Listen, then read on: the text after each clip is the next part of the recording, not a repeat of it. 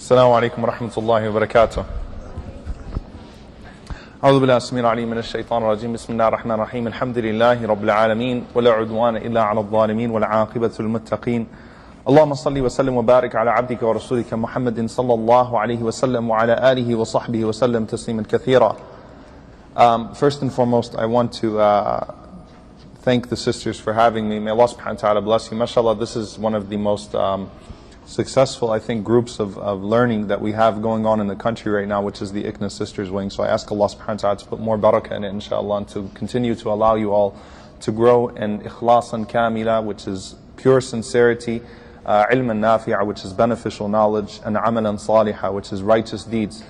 The sister said this will be a very beautiful lecture. It's not a beautiful lecture at all. It's actually a very scary lecture because we're talking about riba. And the Prophet ﷺ, he said that there would come a time where everyone would be touched by the dust of riba, where even if you try to avoid it completely, you'll still find that you will be touched by it. So I hope that it's something that we all take heed from, because living in this country, which in essence the banking system of the United States is completely based on interest, completely based on riba. It's important for us to try to fulfill what Allah Azza wa Jalla says in the Quran, اتَّقُوا اللَّهَ مَسْتَطَعْتُمْ, to fear Allah as much as we can, to try to avoid it. So I'm going to have a disclaimer from the very beginning of this lecture that you will not be able to completely 100% avoid riba. وَلَكِنْ لَا يُكَلِّفُ اللَّهُ نَفْسًا إِلَّا وَسْعَهَا. Allah subhanahu wa ta'ala does not burden a soul beyond its scope. Ironically, as the Imam al-Shawkani rahimahullah said, the verse لا يكلف الله نفسا إلا وسعها is only a few verses after the verses of interest.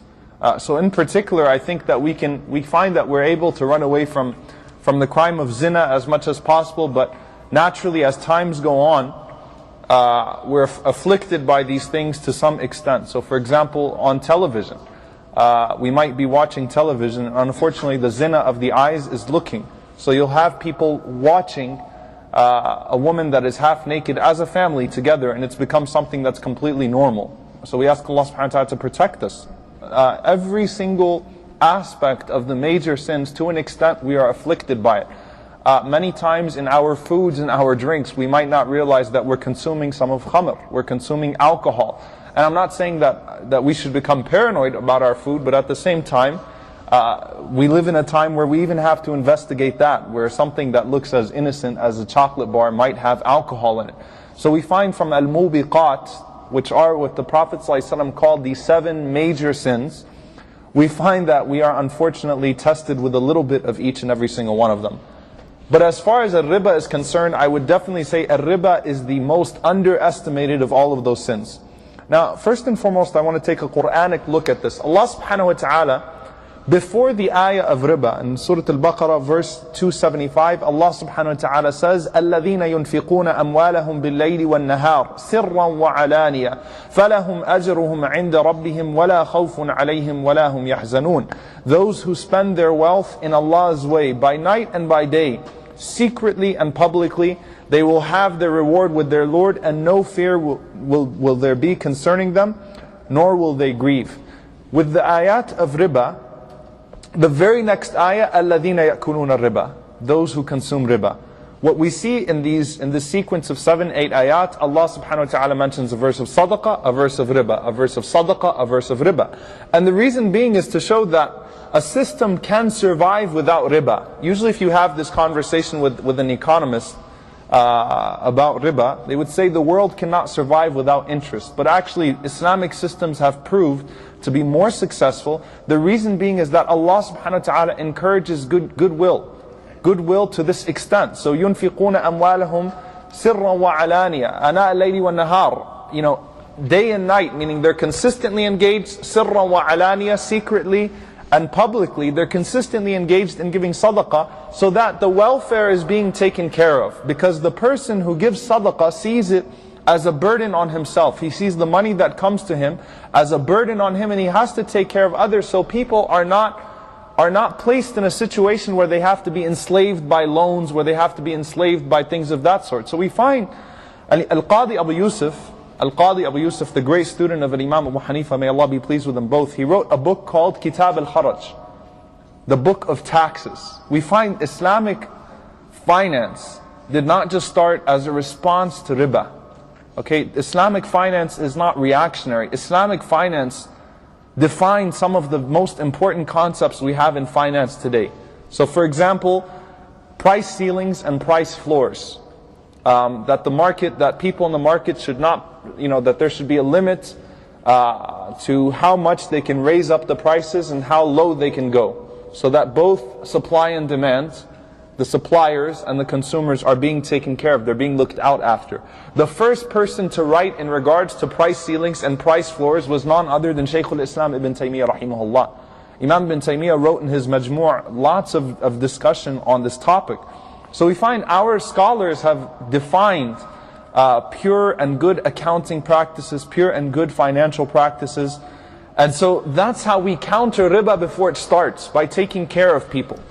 So that the student who wants to learn has people that are taking care of him already out of goodwill. Abdullah ibn Mubarak rahimahullah used to finance all of the students of knowledge around the world. He found that if anyone needs to learn, he takes care of them on a purely interest-free loan. In fact, sometimes he would give from his zakat for them if they met the requirements of zakat. So that takes care of student loans. We find as early as Al-Imam al-Zarkashi talking about the importance of sponsoring people who are looking to get married. Right? So all of these issues are taken care of in an Islamic environment, to the point that, as we know, the Prophet ﷺ said there would come a time where the zakat collectors would go out giving money and they would not find anyone to give zakat to. And we know this is Isa alayhi salam, and this happened one time before Isa alayhi salam. And what was that time? In whose khilafah? That the zakat collector went even to the depths of Africa, all over the world, looking for people to give zakat to and could not find anyone. Does anyone know? Omar ibn Abdul Aziz rahimahullah ta'ala. No one was to be found that needed zakah. So in essence, Allah subhanahu wa ta'ala starts off introducing the topic of riba in this way. Then after Allah subhanahu wa ta'ala says, الَّذِينَ يُنْفِقُونَ أَمْوَالَهُمْ, Allah says, الَّذِينَ يَأْكُلُونَ الرِّبَا لا يقومون إلا كما يقوم الذي يتخبطه الشيطان من المس. Allah subhanahu wa ta'ala says, those who consume interest will not be able to stand on the day of judgment except as the one who stands who is being beaten by shaitan into insanity. This is how he will be raised. When we are raised from our graves, Allah subhanahu wa ta'ala says, the one who is being raised, who consumed riba, he will be being beaten to a point of insanity, to a point of almost unconsciousness.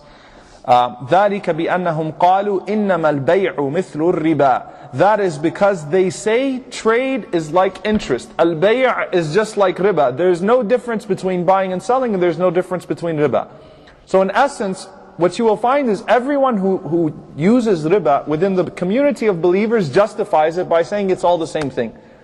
This person is going from this door, this person is going from that door. Al-bay'u mithlu riba. So Allah subhanahu wa ta'ala is saying that they are dulling their senses in this dunya, so Allah will dull their senses in akhirah by saying, إِنَّمَا الْبَيْعُ مِثْلُ الرِّبَا وَأَحَلَّ اللَّهُ الْبَيْعُ وَحَرَّمَ الرِّبَا. And Allah subhanahu wa ta'ala made permissible trade, but He forbade riba.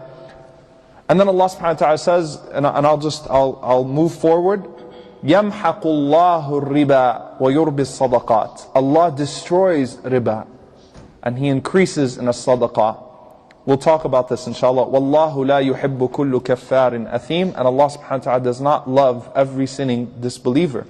So Allah subhanahu wa ta'ala compares the two, al-riba was sadaqah. Then Allah subhanahu wa ta'ala again goes back to the believer. إِنَّ الَّذِينَ آمَنُوا وَعَمِلُوا الصَّالِحَاتِ وَأَقَامُوا الصَّلَاةِ وَآتُوا الزَّكَاةِ لَهُمْ أَجْرُهُمْ عِنْدَ رَبِّهِمْ وَلَا خَوْفٌ عَلَيْهِمْ وَلَا هُمْ يَحْزَنُونَ. Allah switches back to the believer. Those who believe and do righteous deeds and establish the prayer and they give zakah will have their reward with their Lord and they won't have to fear. So the people that avoid riba, in essence, the people that do what they are commanded to do and avoid riba, Allah subhanahu wa ta'ala says, لا خوف عليهم ولا هم يحزنون. On the day of judgment, they have nothing to worry about, nor will they grieve. Then Allah subhanahu wa ta'ala, after giving the command to abandon riba, says, فَإِن لَمْ تَفْعَلُوا فَأْذَنُوا بِحَرْبٍ مِّنَ اللَّهِ وَرَسُولِهِ. This is a scary, scary, scary ayah. Allah says if you don't do away with riba, instead of لا خوف عليهم ولا هم يحزنون, you sell your dunya, you sell your akhirah for something small from the dunya, just to have a house, just to have a car in this world, and you destroy your akhirah. Allah subhanahu wa ta'ala says, so on that day, instead of being like the people who avoided riba, and don't have to have any fear, and don't have to grieve, فَأْذَنُوا بِحَرْبٍ مِّنَ اللَّهِ وَرَسُولِهِ. Be ready for a war, a harb, a war, an all-out war with Allah and His Messenger sallallahu alaihi wasallam. Abdullah ibn Abbas radiallahu anhu says that when the person who consumed riba is brought forth on the Day of Judgment, he will be beaten by the angels until he loses his senses, and then he will be told to take his weapons. Subhanallah, to take his weapons, because he is at war with Allah, and there is no other person that will be in the situation except for akilur riba, the one who consumed riba. Abdullah ibn Abbas said not even the kafir, not even the disbeliever would be addressed with such humiliation. Take your weapons and you are going to fight with Allah subhanahu wa ta'ala. So we ask Allah subhanahu wa ta'ala to protect us. Also we see in the ahadith of the Prophet sallallahu alaihi wasallam, in the hadith of Jabir radiallahu ta'ala anhu, Rasulullah sallallahu alaihi wasallam says, لَعَنَ اللَّهُ آخِذَ الرِّبَى. May Allah curse the one who takes riba, وَمُوكِلَهُ وَكَاتِبَهُ وَشَاهِدَهُ. The one who borrows it, the one who witnesses it, and the one who writes it. And Rasulullah ﷺ said, وَهُمْ فِي الْوِزْرِ سَوَاء. وَهُمْ فِي الْوِزْرِ سَوَاء. And they are on the scale all equal. The one who gives it, the one who takes it, the one who witnesses it, the one who writes it. هُمْ فِي الْوِزْرِ سَوَاء. Am I speaking too fast for you? طيب, alhamdulillah. Because I have a lot of material to cover, so I feel under pressure. In essence, so we go back when we introduce these things. Riba, the reason why it's so underestimated is because of the following reasons. Number one, it does not have the disgusting connotations or consequences that the other mubiqat, that the other major sins do. Right? So when someone commits zina, it creates a societal abomination. When someone drinks, it creates a societal abomination. But when someone deals with riba, it's something in money and it's something in transactions. And that's why it's very, very, very hard to truly look at it in the same light. But the Prophet ﷺ, he said in an authentic hadith narrated by Musnad al-Imam Ahmad, he said, 1 dirham, a dirham is like a penny. A dirham is like a penny. It's the smallest coin in their currency. 1 dirham of riba eaten by man is more severe than 36 acts of fornication with a person's mother. 36 acts of zina with a person's mother. 1 dirham, 1 penny of riba, wal-'iyadu billah. So next, when you see something in your bank account, $5 worth of riba, Rasulullah ﷺ said that's 500 times, 36 times worse than zina with a person's mother. It's a very serious crime, wal-'iyadu billah. Al-Aswad ibn Salim, one of the great tabi'een, rahimahullah, he said, I would rather commit any one of the mubiqat, any one of the major sins, before I would commit riba, before I would be guilty of riba, because of the severity of the warning from the Prophet ﷺ. Why is it so serious and why is it so condemned? Number one, the entire economic crisis that we see today is because of riba. In essence, riba creates this bubble. Everybody is building on debt. So this entire bubble is being created. Within a small amount of time, the bubble becomes poked and everything collapses. And we see that the entire economy collapses. If you look at student loans, for example, the amount of student loans in this country is over $280 billion. $280 billion. Within 11 years, it's expected to be over $1 trillion. All of the people in debt in that regard. So in essence, it truly creates, and subhanAllah, Imam al-Baghawi rahimahullah, he says something very important. He says that when the economy is bad, and this is so true, he says, and it's true in modern times also, he says when people are being cheated with their money, they become more susceptible to drinking, and they become more susceptible to zina, they become more susceptible to sin, to theft, to sariqah, to murder. So in essence, when the economy collapses, all of that starts to increase. And that's visible today in the country as we see today. When the economy collapses, people are more susceptible to all of the rest of the major sins. Also, the Messenger of Allah ﷺ said, and I forgot to mention this, an authentic hadith in Al-Bukhari, he said in the narration, the long narration of Adhab al-Qabr, that we came to a red river like blood, and I saw a man swimming in, and another one on the riverbank had gathered many stones. So when the swimmer is in this river of blood and he starts swimming towards the man on the riverbank, when he gets to him, he opens his mouth and the other one throws a stone in his mouth and it sends him way back into the puddle of blood. And he keeps on doing this until the Day of Judgment. Some of the scholars, they analyzed this hadith. They said because the one who is participating in riba is drowning people in dunya and their debt, so likewise he would be made to drown in a pool of blood until he reaches Allah subhanahu wa ta'ala. The linguistic meaning, so to understand this also, the linguistic meaning of the word riba is very, very similar to zakah. Riba means increase. Riba means increase. Zakah also means increase. Okay, so they both mean increase. But the difference between the two, Allah subhanahu wa ta'ala says, يَمْحَقُ اللَّهُ الرِّبَى وَيُرْبِ الصَّدَقَاتِ. Allah destroys riba. As we see today, Allah destroys interest and He makes sadaqah profitable. Zakah has two meanings to it. Zakah has also the meaning of purity. Purity and growth. Zakah means increase, but it also means purity. As far as the riba is concerned, Rasulullah ﷺ said in an authentic hadith, narrated by Ibn Mas'ud radiallahu ta'ala anhu, in Sunan Ibn Majah, Rasulullah ﷺ said, no one takes riba except that it will eventually lead him to poverty. Anyone who deals in riba will eventually be led to poverty. So this is true in the case of many situations that we witness around us. Eventually he will be led to poverty, whereas the Prophet ﷺ said, as far as all sadaqah is concerned, مَا نَقَصَ مَالٌ مِّن صَدَقَةٍ, money is never decreased by the giving of sadaqah, by the giving of charity. Okay, so we see the growth of sadaqah and zakah, the destruction of riba. So even though, and this is talking about in dunya, by the way, this isn't talking about necessarily in akhirah. In akhirah he's got to deal with something, but in dunya he also finds himself in that terrible situation. Now why is it that the dust of riba has touched everyone today? Look at the hadith of the Prophet ﷺ, آخِذُ الرِّبَى. Generally the banks are the ones who take riba, right?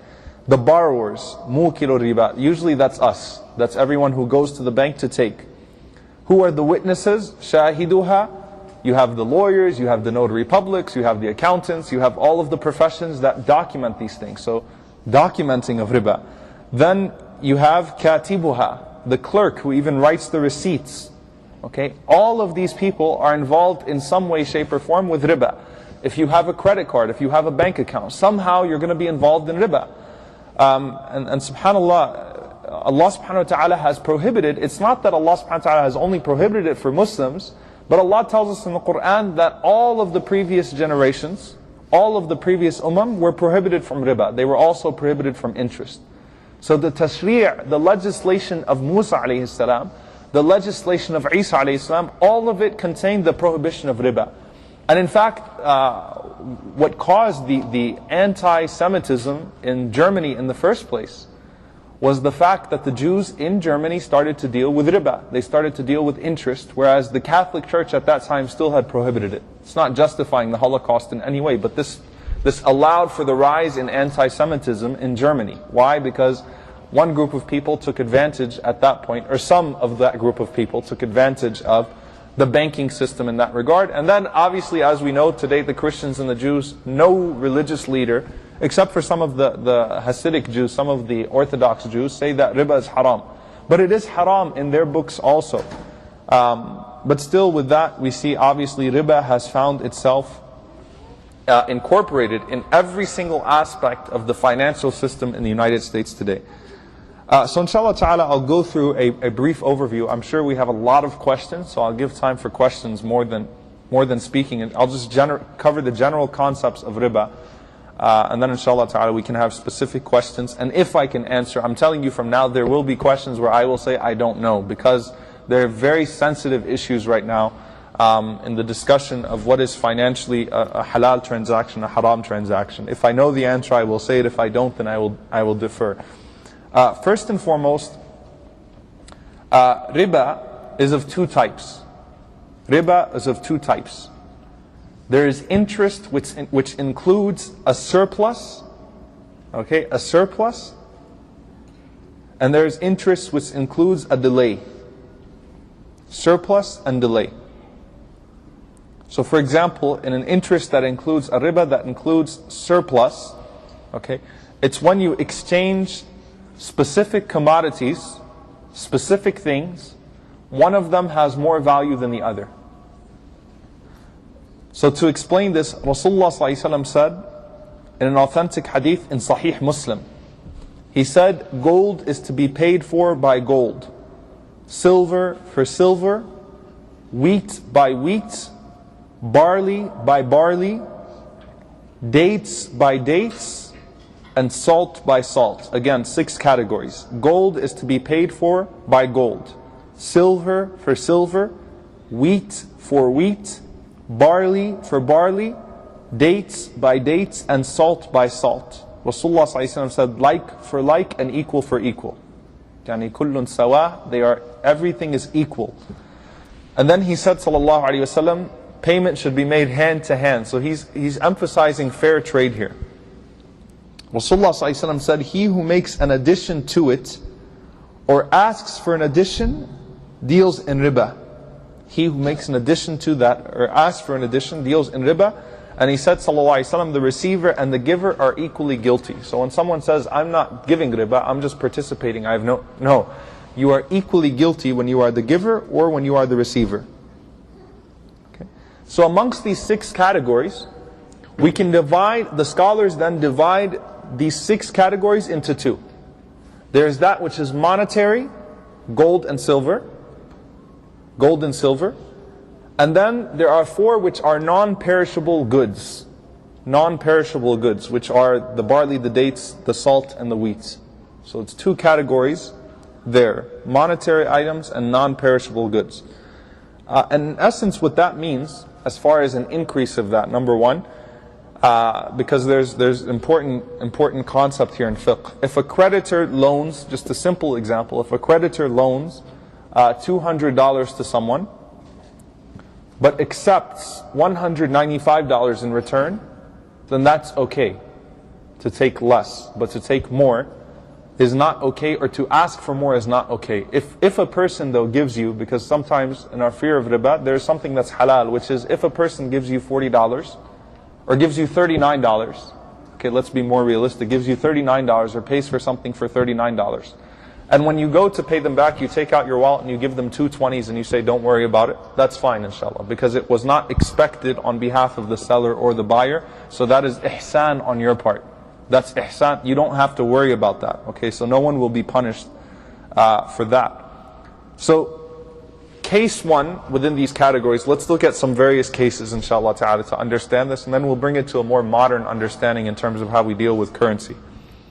So the first thing, so we said there are 6 different items, and they are divided into 2 categories. So the first case of trade, of al-bay', is between something that is the same category and the same item. Same category, same item. So for example, exchanging gold for gold, dollar for dollar, dirham for dirham, silver for silver. When you exchange the same item for the same item. If you do that, it has to meet the following conditions. It has to be of the exact same amount.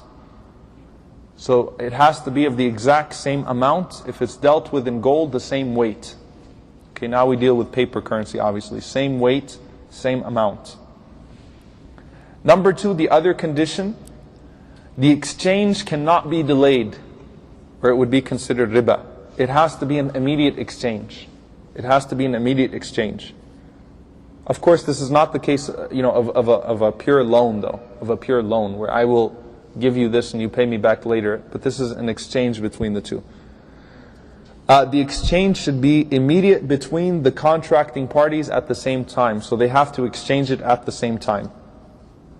Okay? So this is if it's gold for gold. So let's say, for example, you want to buy 20 pounds, or not, no one buys 20 ounces of gold for, 20 ounces of a gold bracelet with 20 ounces of pure gold. You cannot say because this gold is crafted and it's nice, it's 20 ounces, I have to give you 25 ounces of gold.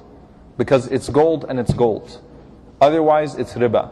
So I know, I'm just trying to give you a better understanding of this idea, what the scholars meant by that. Okay, even though it's crafted gold, you can't say, for example, that your dollar bill is newer than my dollar bill. Okay, so you have a $20 bill that's from the new ones. I have the older $20 bill, so I'll give you $21 to give me that 20. That would be haram. That would be haram. As far as the same category but different item is concerned. So gold and silver are in one category, wheat, barley, dates, and salt are in the other category. You can exchange a different amount between the two. So for example, someone could exchange a gold bracelet that is 20 ounces for a silver necklace that is 40 ounces. That's halal. So you can exchange two different currencies. Okay, some people think currency exchange is haram. It's not haram to exchange currencies, to pay a little bit. So you can shop your currency in Islam. It's halal to shop the best rate for your currency. Okay, when you go to an airport sometimes and you want to see the rates, that's halal to try to shop the best exchange rate, because none of them will be exact anyway. But the conditions of that, the exchange should not be delayed and the exchange should be immediate. Okay, so also whenever you're exchanging silver for gold, or dollar for dirham, or dollar for whatever it is, it has to be at the same time. It has to be immediate. So you cannot place an order for dirhams, for example. You cannot charge your credit card for $20 in exchange for 100 dirhams later on. That's not allowed. Case 3, different category, different item. Different category, different item. So for example, gold for dates, money for dates. So with money for dates, the quantity can be totally different. So someone can charge you whatever they want to for that box of dates. At the same time, it does not have to be an immediate exchange. So you can make an order for something and you can receive it later. Okay. So that's how we deal with the riba in terms of exchange on commodities. Now that is a very rare type of riba that we have today. Right? We don't really see that much today. But the other type of riba, which is in delayed payment, is what we see today. Okay? So this is where we really need to pay attention. The first is riba on a mature loan. Riba on a loan.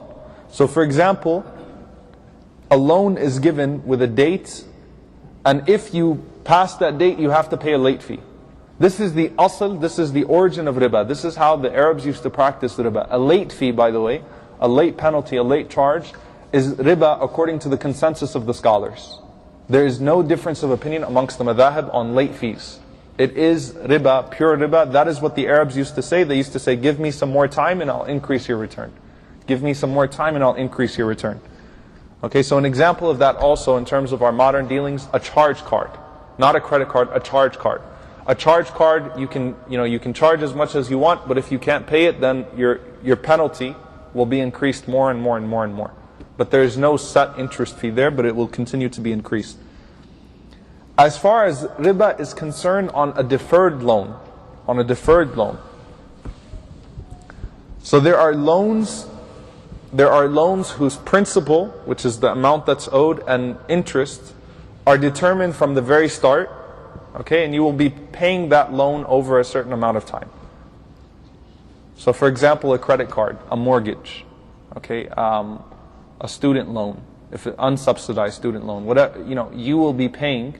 So a subsidized student loan falls into the first category, right? A subsidized student loan where you have 6 months where you won't be charged interest. If you go over that 6 months, then you will have to pay interest. An unsubsidized loan is even worse. Okay, where there's a set interest fee from the very beginning. So again, credit cards, mortgages, car loans, whatever it may be.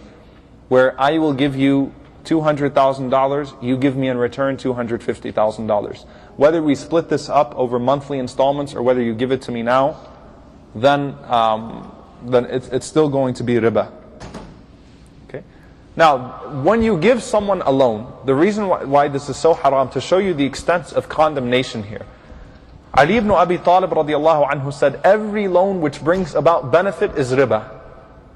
Imam Abu Hanifa rahimahullah, he once loaned someone some money, and he was passing through his shade, his trees, his garden. And his companions went and sat under the tree, and he didn't sit under the tree. He said, because if I benefit from his shade after I gave him that loan, it's riba. SubhanAllah, look how careful the scholars were in that regard. Rasulullah ﷺ said, in an authentic hadith from Anas ibn Malik, when one of you gives a loan and the borrower offers you a dish, he should not accept it. And if the borrower offers a ride on an animal, he should not ride unless the two of them have been accustomed to previously exchanging favors. So this is the savior. This is this. One time I gave a loan to a brother, and I invited him to my house, and he said, I can't eat from you. I said, why? He said, because you gave me a loan. I said, well, Rasulullah ﷺ said, if you were accustomed to this before, it's not a problem. So if you're friends, which is usually the case of giving loans to each other, if you're friends and you always give each other, you always invite each other to each other's homes and things of that sort, then it's not riba. But if there's an extra added benefit, if all of a sudden the one who received the loan is saying, you can borrow my car for a day, you can go to my vacation home for a day, and instead of just serving biryani, he's serving kulfi and kheer now also with it, then that's a problem. You're adding on to it, and it's obvious, it's understood, and that's what Imam Abu Hanifa rahimahullah was afraid of also, from even taking the shade, because he said, had I not given him the loan, I wouldn't have even known this person. Right? This was a person that Imam Abu Hanifa rahimahullah met for the first time when he gave him that loan. So this is, again, anything that is excessive over the money. Money for money, and it's excessive, becomes riba today. And Allah subhanahu wa ta'ala says, Ya ayyuha alladhina amanu, la ta'kulu riba ad'afan mudha'afa. O you who believe, do not consume riba doubled or redoubled. Meaning, riba only becomes compounded. So the most evil form of interest is compounded interest. When it's interest upon interest upon interest, it only, again, the bubble continues to get bigger and bigger and bigger and bigger. Rasulullah ﷺ, or Allah Azza wa Jal, banned a-riba much earlier than He banned the other sins. So the prohibition, when was the legislation of hijab? Does anyone know when the legislation of hijab was? 4 years after Hijrah. 4 years after Hijrah. The ban on riba came 2 years after Hijrah. The ban on riba came 2 years after Hijrah. Okay, around the time of the Battle of Uhud. This was the revelation of Surah Al-Baqarah. Okay. So we have some questions that come in regards there. So I'll address some of the modern day issues now. Okay. If you make a contract with someone, and in that contract, which is very customary in the United States, in that contract it says, so for example on your credit card, on your car, if you don't pay back this amount within this amount of time, you're going to be charged such and such. Or your loan will start to be compounded with 5% or whatever it is. Is it impermissible to make that contract? If you know for a fact, there are two conditions that have to be met there. Number one, it's a need. It's a need. You needed to go into that contract for a haja. For a haja. I don't know if you all took the maqasid al-sharia, but in Islam there are 3 levels of need. There's darura, daruriyat, darura, which is absolute dire need. Dire need, you cannot survive without it. Haja, something you need, but at the same time you can live without it. Technically speaking, you can live without it. Okay, so for example, you could eat the same food every day, but it would be extremely inconvenient to eat the same food every single day. You would need to diversify your meals. And tahsiniyat. Tahsiniyat are supplements, are things that make life easier. Okay, they make life easier, but a person can live a comfortable life without them. Alright? So, if the loan that you need to take, or if the car, for example, you need to buy a car. You need to buy something and it has this 6-month clause on it. If you have a haja for it, then it's permissible to go in it. That's the first condition, if you have a haja. Secondly, if you know for a fact that you will be able to pay it back, and if you can't pay it back, you have someone who will guarantee the payment for you. So for example, you speak to someone, you speak to another Muslim, Some of the scholars put this condition, and to be honest with you, I favor it, because our financial circumstances change so frequently. We don't know. I might be able to pay it back fully. I might go into this contract knowing I can pay it back. Some of the scholars added the stipulation, you should talk to another person who can also guarantee the loan for you, who can say, look, if for some reason you fall short with this, I'll take care of it in the short run, and then you can pay me back instead, so that you don't incur riba, so that you don't incur interest. I believe this is a condition. I think we should do this. Anytime we go into a contract like that, we should have a guarantor. We should have someone who would be willing to back up the loan. The reason why the scholars say it's permissible in the first place, Aisha radiallahu ta'ala anha, so the books of fiqh always mention this, Aisha radiallahu ta'ala anha, she once wanted to free a slave girl by the name of Barira. Barira was a slave who Aisha radiallahu anha saw much good inside of her. And actually we read later on in the ahadith that Barira used to lead Aisha in salat, holding the mushaf. She would lead Aisha in salat, in Ramadan, in qiyam, so on and so forth. So Barira was a righteous woman, a woman who was scholarly, and Aisha wanted to free her. But whenever she came to free her, the people that owned her, they said that we'll free her on the condition that once you pass away, her loyalty is to us. Once you pass away, her loyalty comes back to us. So Aisha went back to the Prophet ﷺ and she asked the Prophet ﷺ, what should I do? And the Prophet ﷺ said, you can make the contract to free her anyway, because the condition they are placing is null and void. It's batil, it's fasid. It's not an appropriate condition, because once you purchase, then that's it. So in essence, what the scholars say here is that whenever you go into a contract, and you know that this condition is one that you won't have to resort to anyway, because Aisha radiallahu anha did not intend to keep her as a slave anyway, was to free her anyway. If you know that you will not be affected and harmed by that condition, then it's okay to go into that contract. Okay, but as we said, as far as late fees are concerned, it is by unanimous agreement haram. By unanimous agreement riba. And there are other ways. I know that many times we find Islamic organizations work with late fees and things of that sort. There are many other ways to deal with a person who's not paying their fees. So you can cancel their membership, you can cancel enrollment, you could try to collect the fund. Today we see through lawyers or whatever it is. You don't have to put on someone late fees. You don't have, because this is what the scholars call riba al-jahiliyyah. Late fees literally is the riba of the people of ignorance, the days of ignorance. Okay. Obviously the main thing is the house issue. How much time do I have left? Is anyone keeping time? I wasn't keeping time. How much? 20 minutes? Okay. طيب. The first thing is with credit cards. So we go to credit cards. Credit cards are something that truly have caused the scholars a lot of trouble, because the concept of the credit cards is truly problematic. And some of the scholars, like for example, Imam Ibn Uthaymeen rahimahullah, in 1993 he gave a fatwa it was haram, in 1998 he gave a fatwa it was halal. He changed his fatwa on that. A lot of the scholars changed their opinions on the credit cards because it's become sort of a necessity to have a line of credit and things of that sort. So can you take out a credit card that gives you back cash back, in accordance with the first type of riba that we talked about? Can you take a credit card that gives you cash back as a reward? No, you cannot. Cashback or points? Cashback. I'll talk about the difference between the two. Cashback, because it's the same currency for the same return. You're paying this amount, you're getting this much because you're using that line of money. So taking out a credit card that gives you cash back rewards is not allowed. Taking out a credit card that gives you airline mileage, gift cards, hotel rewards, all of those things, that's all fine. That's all permissible. Because it's a different category. Don't worry about it.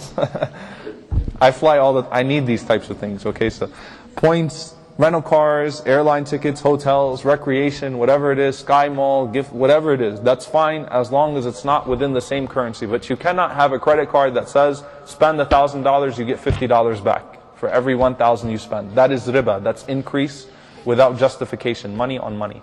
Call it cashback, but you need to. Right, with the cashback, you can have the credit card. But you cannot exercise the cashback option. So, you can put it into gift cards or whatever it is. I know even those cards that say cashback. But I mean, to take just pure money credited back to your account because you spent $1,000 would not be permissible. So you're saying that if they put it in the gift card, that's permissible? That's fine. If it's in the gift card, because again, remember we talked about 6 items, 2 categories. Exchange between 2 items within the same category is fine in different quantities. That's fine. So exchanging gold for silver with a greater amount of gold or a greater amount of silver is fine. But exchanging gold for gold, money for money. But isn't it the same thing? They didn't give me the cash, but they just put the cash in the card. Well, you pay, you're using the card. So for example, I have a balance of 1,000 and then it became 950 because I exercised the cashback reward and I credited $50 back to my account. So that's why, what's that? To pay for my bill. To pay for my bill, right? But to put it towards anything else is fine. To exercise the $50 for anything else is fine. But don't exercise it towards just to your balance the same way you spent it. Then it becomes the first Riba al-Fadl, which the Prophet ﷺ said, exercising exchange of commodities. Yes, sister? Doesn't that promote the practice of riba itself? If you encourage these companies to do that type of transactions where you're purchasing their commodities and then you're giving cash back, so if they're promoting your business, they are encouraging you to do these transactions. That's why I'm saying we shouldn't do it. But what I'm saying is, if you have a credit card that has rewards and those types of things, if you use the rewards towards other things, that's fine. But we should not go, and this is where we get a little bit extreme. There are people that you'll find today that still have no credit cards, but there are people today that will go and open 10, 15 credit cards just to exercise rewards. We have resorted to credit cards because it's a necessity, not because we approve of the system. Not because we approve of the system. Also bank accounts, right? There's some people that still say you have to keep your money, but it's not reasonable. Okay, we're in a haja. It's not reasonable to say you just have to keep your money and not put it in a bank account because of what the bank will do. But at the same time, don't go overboard with all of these different bank accounts and things of that sort. So again, it's permissible, but it should not be expanded. We should not go to the other extreme of excess. Okay, now as far as the housing is concerned, because I know this is a very, very, very touchy, controversial, sensitive issue, I'm not going to endorse any companies. I promise you, I'm not going to endorse any companies today. But at the same time, I hope that you'll be able to take this and you'll be able to exercise your best judgment. Number one, we know that there's the fatwa that you can buy a house on a conventional mortgage if it's your first home. This fatwa was expanded. Unfortunately, the fatwa started off with the people who truly do have darura, who truly do have a dire need, which were people that have 5, 6, 7 children and no one is willing to rent a house to them, except that's something that's abnormal. Fine, for those people, yes, they can exercise that option. They had the fatwa to go and to just exercise a conventional mortgage. Okay, but to expand that to everyone on the concept that it is a darura, that it is a dire need to own a house in this country, is not appropriate. It's not true. It's not a dire need. We can live with, there are people that live on rent and lease their entire lives. And if everyone exercised that, then there would be no development of Islamic alternatives. There would be no development of Islamic alternatives. Because people insist on not paying riba, you find even HSBC and even conventional banks are trying, Divan banks are trying to find an Islamically compatible package. So if all of us just said, okay, let's just lay down and take the conventional mortgage, it's darura, a sheikh gave a fatwa, it's okay, then subhanAllah, we're destroying our future as a community. We're destroying our future as a community. So, no, it's not okay for anyone to just go for a conventional mortgage if it's their first house. Because it is in no way, shape, or form a darura. The other excuse that's used is that we live in Dar al-Harb. We live in enemy territory. And because of that, Imam Abu Hanifa rahimahullah said, if you live in Dar al-Harb, you could deal in riba. If you can benefit from riba. Now, first and foremost, so Imam Abu Hanifa rahimahullah said that if you live, and this was his opinion, and it's not the majority opinion, but it's his opinion, so we respect the opinion, but it doesn't apply here. Imam Abu Hanifa rahimahullah said if a person lives in Dar al-Harb, I'm going to explain what enemy territory is in a minute, in Dar al-Harb, they are allowed to benefit from the interest of the people.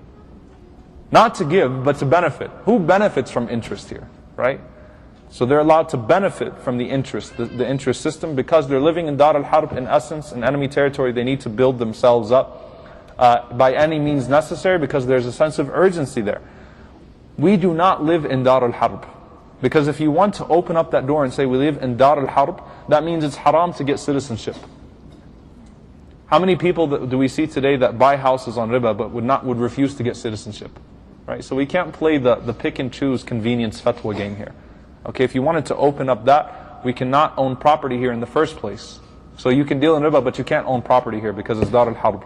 You cannot become a citizen of this country because it's Dar al-Harb. So we should kick that excuse out of the window from the very start. Okay? If you're on peace, yes? What's that? Checking? A checking account? An interest-free checking account is okay. I'll talk about that. I'll finish the house, inshallah, the housing, and then we'll just open it to questions. I'm sure we'll talk about the bank accounts and those types of things, inshallah. But the short answer is a checking, interest-free checking account is okay. But as far as the house is concerned, back to the house. Allah subhanahu wa ta'ala condemns those who say, إِنَّمَا الْبَيْعُ مِثْلُ الرِّبَى. That bay' is like riba. It's the same thing. Trade is just like riba. The way that a conventional mortgage works, in essence, is that you will go to a bank, you will secure a loan, you will take that loan to buy a house, and you place your house as collateral. You place your house as collateral against that loan. If you default on your payments, the bank will repossess your house and take it away from you. There's absolutely no exchange there, except for money. You took a loan, you use that loan, your house is collateral, everything will be taken away, auctioned off, whatever it is, foreclosed, if you're not able to pay that loan. As far as an Islamic financial system, there has to be an exchange of commodity, bay'. The company would have to fully purchase the home, assume all of its liabilities, and then sell it to you. And Rasulullah ﷺ said, La bay'atayn fi bay'ah, that there is no two sales in one sale. Meaning a person cannot say, look, if you give me this amount of money, I'll go purchase this house and then sell it to you. Essentially using the money you gave to me at a higher price. Okay? Before any exchange of money takes place, they have to purchase the house and sell it to you. They have to purchase the house and sell it to you. So that's the first thing that we see, which is obviously problematic sometimes. The second thing is assuming liabilities. In musharaka or murabaha, in a true Sharia compliant system, they have to assume the liabilities of that house. They have to assume the loss of that house. So if the house takes a profit decrease, if the market value of the house goes down, then the company that's selling you the house or the person that's selling you the house should feel the effect of that just as much as you do when you're making your payments. So let's say you purchase a house for $300,000, you're making payments on that house, and then you're making payments to a company that purchased that house, and then later on, whenever you come to sell the house, you sell it for $280,000. You don't owe the company $300,000, you should only owe them $280,000 at that point, because as co-owners of the house, they assumed liability at the same time. So this is one of, obviously, the key flaws that we see in the system today. And by the way, so we go to extremes sometimes also. If the word interest is on because what is halal in Islam is iqtisad. Iqtisad, which is installments. So aside from the whole profit and loss thing and those types of things, iqtisad, if I tell you I will sell you this Kleenex box for $10 now, or I will sell it to you over 6 months for $20. That is halal. That is allowed in accordance with all four madhahib.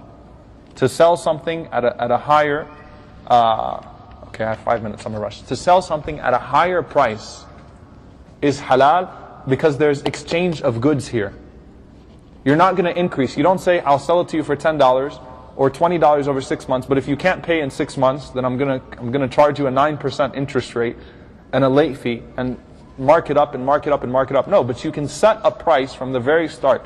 So a company can come and buy a house for $300,000 and tell you, I will sell it to you at the same rate of a conventional mortgage of 3.3% or whatever it is, so it will end up being $320,000 over 15 years.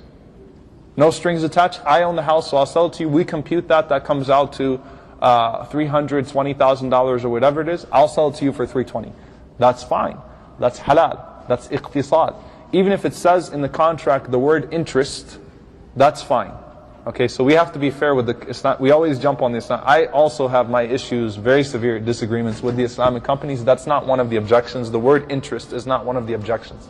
The problem though is whenever they give you two contracts, fill out this contract for the conventional mortgage and then fill this one out, say, basically which just redefines the equation, but it's the exact same thing. That's a serious issue. So you fill out the conventional mortgage, your company will actually belong to Freddie Mac. But here, you can fill this one out too, to make yourself feel better. That's like Bani Israel putting out their fishnets on Saturday, on Yom Sabt, on the Sabbath. It's the same thing. We'll just redefine the equation so that we can Islamicize it. That is not permissible. There has to be exchange. They have to buy the house, assume the assets, liabilities, and sell it to you. Okay? Unfortunately, I think sometimes we don't put our companies to the proper... Whenever you want to buy something, you need to check its Sharia compliance. One other halal alternative, and this is something the scholars disagree upon. The majority of scholars in this country say it's okay, is to buy a foreclosed home directly from the bank at an installment price. So for example, Chase Bank owns a home, it's on foreclosure, they sell you the home for $280,000. It's not permissible for me to go and secure a loan from another company or another bank, because that creates the wheel again, that redefines the whole wheel. But if I make a deal with Chase Bank, okay, you're selling it for $280, I'll give you $260 over 15 years. Chase Bank owns the house and they're selling you the house. So even Al-Majma' al-Fiqhiyya, the Assembly of Muslim Jurists of America, which is a very qualified fatwa issuing body, the Assembly of Muslim Jurists of America, they said that is permissible.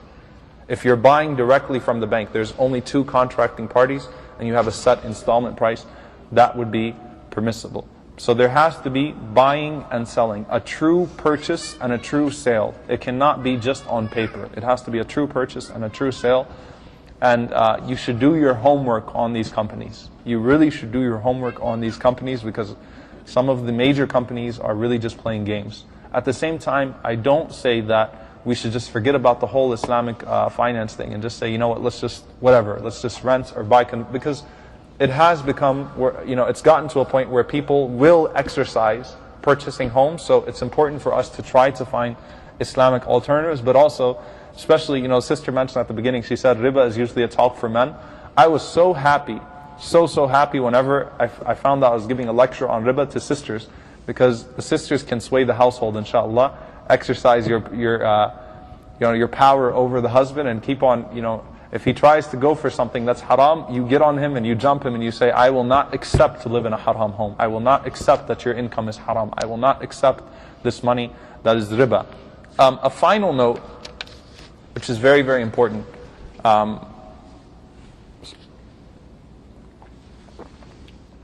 final note. If you happen to accidentally incur some interest, some riba, you should give it in charity. It's not going to count as charity, but at the same time you get rid of it. Even if it's 13 cents. If you incur some form of riba on your bank account, you should try to, and by the way, there isn't a single bank, I promise you, there isn't a single bank that if you insist upon an interest-free account, that will not give you an interest-free account. I've been with 3 different banks, okay, because I've moved, I've switched banks. Each and every single one said, oh, we can't do that. Talk to the manager, tell them, well, okay, I'll just have to go to another bank then, that will work with me. Then they'll call the supervisor, they'll take off the interest off of your account. So insist upon it. You have to insist upon it. Even if it's going to take you an extra hour of your life, you have to insist upon it so that you don't incur riba on your account. But if you happen to incur some riba, then you should give it to charity. It does not have to go towards something filthy. Okay, because some people, they say that, well, if you give off this riba, then you should make sure no one eats riba. No one eats amwal riba. That is a literal understanding of the hadith, but it's not the proper way to understand it. Because in any haram money, it is haram for you, halal for other than you. This is a qaida in fiqh, an axiom in fiqh, haram li nafsihi, halal li ghayr, that it is haram for you, halal for other than you. So for example, if a person has dealt with riba their entire lives, as the scholars say, if a person has dealt with riba his entire life, and then he passes away and his children inherit from him, all of the money they took is halal. Because they acquired it through a halal means, which was from the inheritance. But he will still be punished for dealing in riba. Okay? Likewise, if someone, so there's two types of haram money here. I'll take one more minute inshallah ta'ala. There's two types of haram money. There's haram money that is haram as in seized. So someone stole something. So if someone stole money through dhulm, no matter who gets it, it still needs to be returned to its rightful owner. Then there's haram money that has improper sources, interest, alcohol, whatever it may be. That money falls under the qa'idah fiqhiyah, haram li nafsihi halal li ghayri, that it is haram for him and halal for other than him. Okay, it is haram for him and halal for other than him. Even I know that sometimes we use, just to show the importance of giving from our pure sources, for example, in building masajid. Yes, it's important we should give from our pure sources to build masajid, things of that sort. But you cannot say that it is haram to accept money from a person who has a grocery store or deals in riba to build a masjid. Because using the incident of Abu Jahl announcing to the Quraysh before Islam, that whoever builds, or now when we rebuild the Kaaba, let not your money come from, prostitution or interest or whatever it may be. It has to come from pure sources. There is not a single scholar in the history of Islam that uses Abu Jahl as tashri', as legislation. So ethically speaking, yes, we take the ethical message of that yes, even Abu Jahl said when you build a masjid, build it with pure sources. But from a fiqhi perspective, you cannot, there's nowhere in Quran, Hadith, Sahaba, Ash-Shara' min qabl that comes what Abu Jahl said. It doesn't exist as a form, as a source of legislation. So we use it to encourage people to give from their best sources for the barakah, but at the same time, we don't say it's haram to accept money for an Islamic project, for example, because they dealt in interest or they dealt in alcohol. That's their sin before Allah subhanahu wa ta'ala. The way that it was taken was a permissible thing. So lastly, I remind everyone that, try your best to deal in halal in whatever way that you can. It will benefit you in dunya, it will benefit you in akhirah, inshallah. Push your households towards halal. That way, there will be more blessing in that, inshallah. Imam al-Shaybani, rahimahullah, the great Hanafi scholar, Imam Muhammad al-Shaybani, Abu al-Hasan al-Shaybani, his students asked him, they said, how come you never wrote a book on tazkiyah? Imam al-Shaybani was one of the great scholars of az-zuhd wal-raqa'iq, the heart softeners and tazkiyah, but he never wrote a book on tazkiyah. He authored many books in the Hanafi fiqh. He authored the most comprehensive fiqh manual, al-Mabsut, of Hanafi fiqh. But they said, you never authored a book on tazkiyah. He said, yes I did, I wrote Kitab al-Buyu', the book of trade. And that is the greatest book of tazkiyah. Because a person who learns how to trade in halal will be successful in purifying himself. So we ask Allah subhanahu wa ta'ala to purify us, inshallah, to purify our income, to purify us from all of the dust of riba and all of the sins, the major and the minor sins. Allahumma ameen. Jazakumullahu khairan. Inshallah ta'ala. If I said anything wrong, then please forgive me. If I said anything right, falhamdulillahi rabbil alameen. I'll go to questions now, inshallah.